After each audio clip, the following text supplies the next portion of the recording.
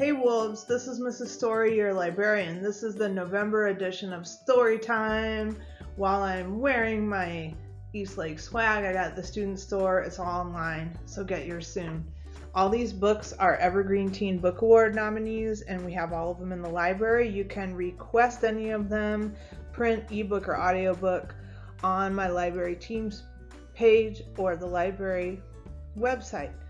The Poet X is by Elizabeth Acevedo. Xiomara uses her pen as a sword for personal and social justice. This is told entirely in verse and it's very powerful. Children of Blood and Bone is a fast-paced magical fantasy by Tomi Adeyemi. And let's see. Zieli is the main character who's trying to restore magic to her kingdom because the evil Prince Anon is trying to take it away. And it is soon to be a series or movie, I can't remember which, on Netflix. Pitch Dark by Courtney Alameda. Will a 400-year-old ghost spaceship filled with pus-filled zombies that kill with sound stop Laura Cruz from saving her own spaceship and all of humanity? I don't know, you have to read it to find out.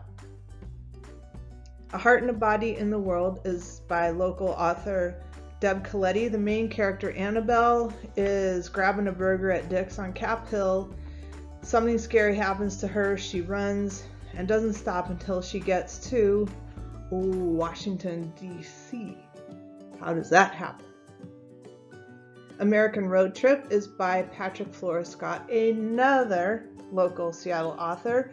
Manny's the main character, and he's looking forward to going to UW in the fall, and his brother coming home from a tour of duty in Iraq, and things don't go the way that he expects. And it shows how being in the military can affect not only the person who's in the military, but their entire family. Very moving, very powerful.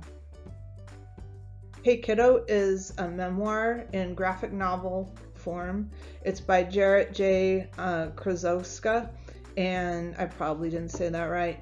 The cover makes it look young, but it's a very serious story about how he grew up, basically raised by his grandparents because his dad wasn't around. His mom had a serious drug addiction, and he learned how to draw to express himself and find healing and redemption in his life. It's very moving. Neanderthal Opens the Door to the Universe by Preston Norton. Cliff is the main character, and he's given the nickname Neanderthal by Aaron, the guy who's bullied him forever. Then Aaron has an NDE or near-death experience and decides to try and befriend Cliff instead of bully him, and some very unexpected things happen. This is magical realism, which is a new genre that I'm really excited about. This one was my favorite one. Dance of Thieves by Mary Pearson. The main character is Kiva, and she spits in the queen's face. After the Shot Drops is by Randy Rebay, and two best friends, Nasser and Bunny, grow up playing basketball. They like the same girl, so there's a lot of tension. And then to make things more tense, Bunny gets recruited to play at an elite private high school, and that drives another wedge into their already fragile friendship. And it's really good. Lots of sports analogies and relationship surprises. The Summer of Jordi Perez by Amy Spalding is a feel-good rom-com. The two main characters are competing in an internship at a fashion house in LA. And yes, there is a scene at In-N-Out Burgers. It might make you hungry.